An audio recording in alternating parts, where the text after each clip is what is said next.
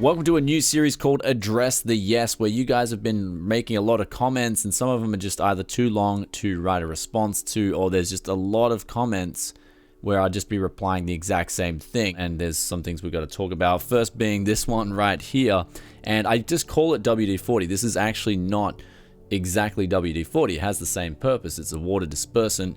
In the past, I've used different kinds of water dispersant. I've used CRC556. I've also used WD40 itself, and I've never had a problem with it. Some people are reporting that it does leave a sticky residue. We've also got Child of Light, who says his balls have retracted back into his body after he saw me using the WD40. We've got Unknown User, who says whoever buys this is going to be pissed about WD40. I mean, to those people I replied, I sold the build yesterday, and the person who came over and bought it commented nothing about the smell, because the smell evaporates after literally like 10 minutes. And also it just leaves the computer looking really nice. They actually commented on how nice the PC looked and why I was selling it so cheap. So there's that. That's my sort of experience with using WD-40 and stuff like it. Now, I'm not too sure about the guys in the US. If you guys are over in the US, there might be a different kind of WD-40, a different make of it that leaves a sticky residue. I'm not sure, but this stuff here, it goes on so well. It serves the purpose of cleaning the product at the same time giving it that new look shine, as well as being ridiculously cheap. I pay like $4 a bottle for this stuff, and I get so much usage out of it, it's not funny. So it lasts a long time, and because even though the brake cleaner, I have this here and I do use it, I only use this for really dirty products where I need the high pressure from this stuff here. And some people have commented, why don't I use ECC, even the WD-40 ECC type? And that's because in Australia, ECC is so expensive. Even to this date, it's so expensive. Same trend in Japan when I was over there. ECC was much more expensive than brake cleaner. And so I use brake cleaner because it does the same thing. It just evaporates a bit slower. And of course saves me a lot of money. WD-40 of course is the finisher, and sometimes I don't even need to go with the brake cleaner because the Data-Vac does a good job of doing a preliminary clean. But ultimately I can't convince you otherwise to use this. It's just in my channel I've shown over the years tips and tricks on how you can flip PCs as well as restore PCs for yourself or for family members, and really just get a better experience on a budget when it comes to PC gaming. This is one of those tools that I've been using for years. I'm going to keep using. I absolutely love it. This Australian export stuff here, I'd say it's probably the best of the 3 variants that I've used in the past, and I'm going to definitely keep using this stuff. For the next question, Amitabha Paul, he says you've kept 4 fans in negative pressure versus 2 for intake. Won't this be bad for dust? With airflow, it depends on the build itself. Airflow is one of those things where if you're going for high performance, then it really matters. When it comes to especially stock builds, for example, I don't think about airflow too much. In the past when I've done especially non-overclockable builds, I haven't really focused on the orientation of the fans. But for instance, a good push-pull with positive pressure is the general standard way of cooling in a PC tower. There are other ways you can do it, but I do believe negative pressure is the best for dust. Of course, you've got fans blowing the dust away from the case, as opposed to less fans pulling dust into the case. Of course, dust filters themselves being the most important thing. If you've got good dust filters, then that's going to reduce the amount of dust that will remain in the case itself. Next comment from Justin, I'm inclined to believe you are the king of the coast. I wish I was, but I'm not. So stay tuned for that. Matt Raymond asks, what happened to Dunicron? Is it still relevant? And Dunicron, I parted with Dunicron quite a while ago, and I used it as my main rig for a little while, and I realized there was more negatives to using a dual CPU setup as opposed to a single CPU setup than it was worth it. The main things being, of course, with the dual CPU setup, you're going to get better theoretical scores, like Cinebench is going to be a lot higher. Things like that are going to work better. But when it came to gaming, for example, some games just wouldn't load at all properly. Another thing as well is it's just in general, it feels to me like it's laggier, not as snappy. And so for me, when I'm flicking a lot of files in Premiere Pro and doing a lot of things in my editing software, I need that snappiness. When I'm used to it, I want to go with the best option. And now I believe it's X79, but of course I'm going to show you guys the numbers with a 1000 FPS camera to prove that. But just for me, and even my new video editor Yusuf, he agrees as well. We're big X79 fanboys with DDR3 low latency stuff. Next comment's from XCleo. He hates to disappoint, but he believes that GPU mining is coming back and it's just in a downturn at the moment. And this is referring to actual using graphics cards, consumer-based graphics cards like your GTX 1080s and your Vega 56 or your RX 480s for mining cryptocurrency coins. And I kind of disagree. I think this time around, I mean, back in 2013, you had 2012 as well, you had the Bitcoin thing with Radeon graphics cards, and NVIDIA cards weren't a trend at the time. They weren't new.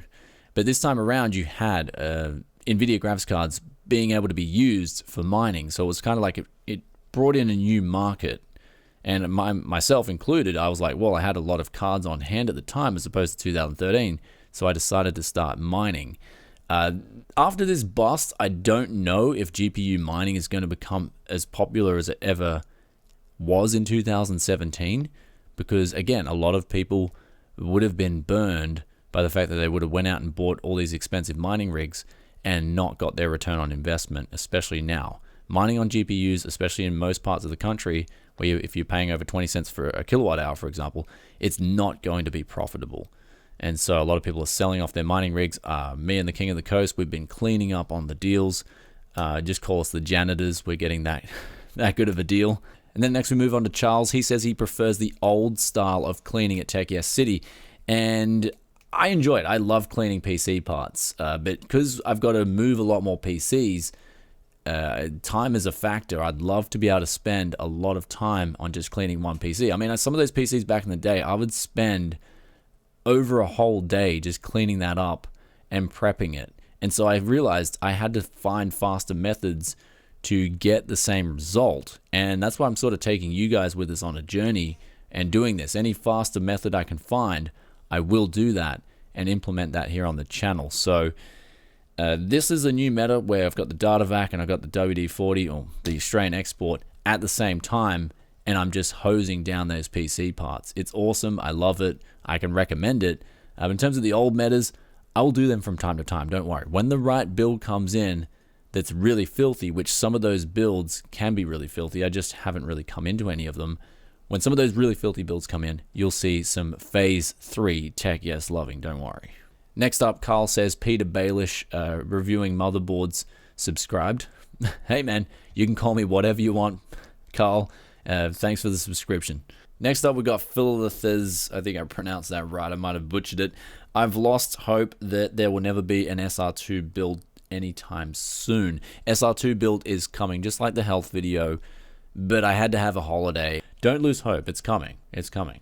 And when it comes, I'm going to make sure that it's worthy of being the SR2 build itself, because this is a special motherboard. This is like one of the holy grails of motherboards. It's also got two X5690s in it. Do not worry. I've actually got it right here. Look, I've been putting in a safe spot. This is not going anywhere soon. Do not worry. SR2 is here. Okay, next up we got Marcus K. Says, hi, yes man, what lavalier microphone are you using? I want to know because it sounds really good. Thanks a lot, Marcus. And it's the Stony Edge lavalier microphone. I use it and I just plug it straight up into my camera. I'm glad that you like the sound going into that mic. A lot of other people will use their iPhones or external recording devices.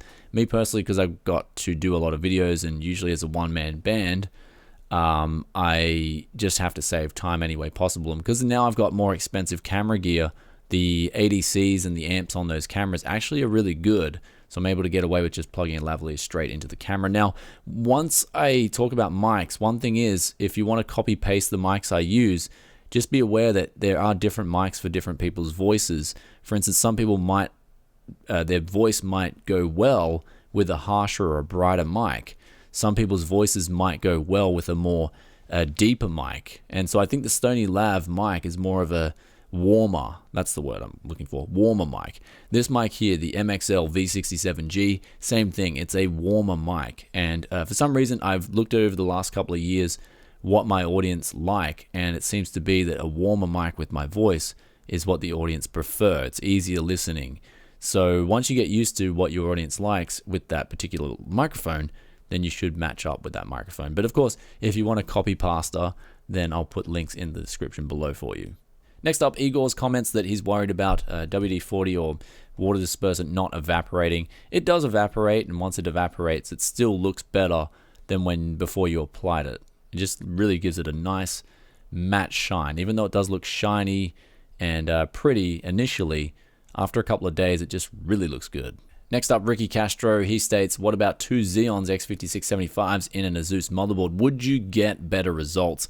And Ricky, unfortunately, not really in terms of everyday use. As I commented before with Dunicron, the reason I sold it was because of those latency issues that are introduced when you're using 2 CPUs. Yes, you're going to get better scores in a lot of benchmarks, but in real world usage, it's going to be slower, and I think you will notice it.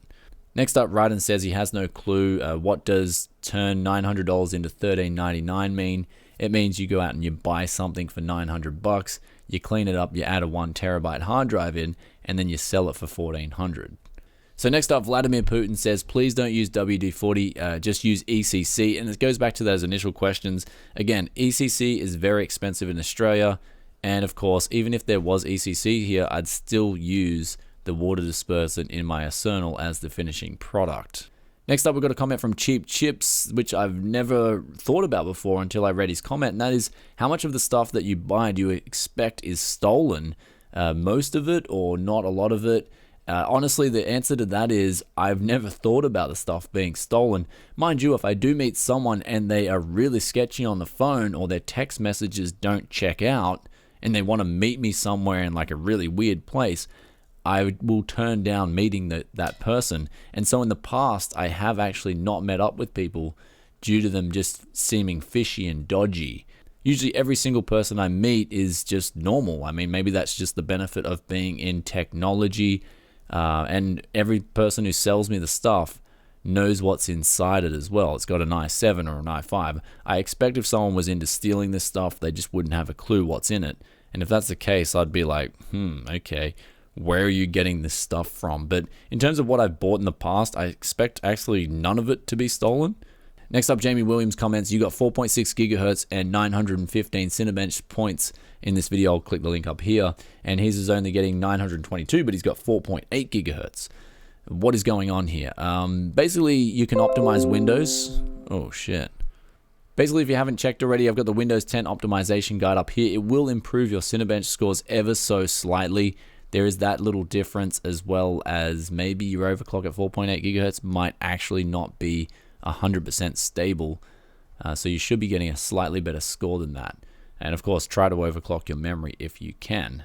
Next up here, we got Marcus Swell BMD. He says, whoa, timestamp 153, done with this. Is the wrong cooler, mate. I cannot stand to watch so-called professionals use the wrong cold plate with their Threadripper builds. Then some will eventually get a proper Animax TR4 2nd gen cooler or something like that, and then sabotage its performances like Hardware Canucks did, just to not be wrong about temps, benchmarks, and overclocks, and finally overall performance. Well, Marcus, nice little insult there with the so-called professional, but just to address your concerns, you may have not watched the video just before that where we were cooling down 32 cores, and I actually said that the Animax liqtech was the best out of those 3 coolers I tested, and I even said it in the build that the liqtech does do a better job. The Cooler Master Threadripper and also the Deep Cool, they performed behind the Animax TR4 liqtech.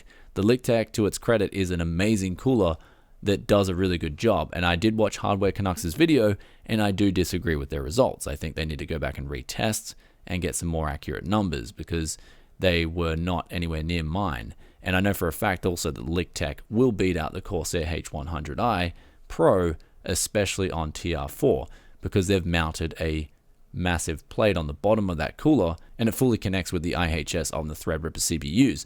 Now, this is the one argument that I've been stating in the past, is why I use the spread method, because you get a full thermal paste coverage, and that is greater than the difference that you're going to lose from air bubbles, Microsoft air bubbles. So yes, the Animax TR4 liqtech is a good cooler. But for what it's worth, we used the Corsair H100i Pro because we didn't use it on the 32-core comparison, and all those coolers in the 32-core comparison did absolutely fine. They handled the CPU fine, and that was the 32-core. So the 16-core, it was fine again with the H100i Pro. So I'm not really seeing what the big problem is here. yes, the liqtech does perform better, and I did mention that in the video. And that about wraps things up. And what's this?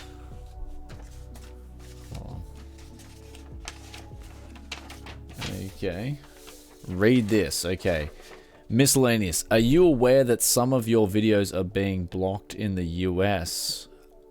I can see them if I use a VPN. What? Okay. Really? This is the first time I've known about this. I've been getting all sorts of crazy stuff happen. Wow. Okay. So first off, a lot of the content has not been showing up in people's subs feed. That's like over the past few months I've been getting a lot of messages.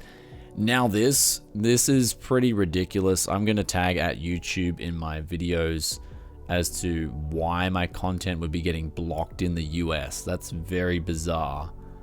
Yeah, it sounds like it's been going on for a while as well. The fact that he's had to log in for a VPN. Thank you for bringing that to my attention. I will at YouTube this and see what they can do about it, man. It's one thing if your content and your content's stale and it's getting boring and it's getting dull and whatnot, but people are telling me they love the deals hunts, they love the content coming out, it's fresh. We've got Yusuf on, he's doing some really fresh edits as well, and I've got no idea. It's like, can't I just get a fair chance to compete in the field of YouTube? I mean, why do I have to get nerfed? That sounds like it's a nerfing on Tech Yes City or a culling or something. Anyway, no idea, guys. If you've got experiences like this, be sure to share them in the comments section below. But as always, the hard work and the grind, it just continues. It doesn't stop, and it's not going to stop. It's an ethic, it's a code, and a lot of you guys out there share the same sentiments. Love you all. Be sure to hit that like button if you enjoyed this one. If, of course, you have comments, be sure to drop them in the comment section below. I'll read them. If they're most repetitive ones, then I'll answer them in the next Address Yes, and I'll catch you in another tech video very soon. Peace out for now. Bye.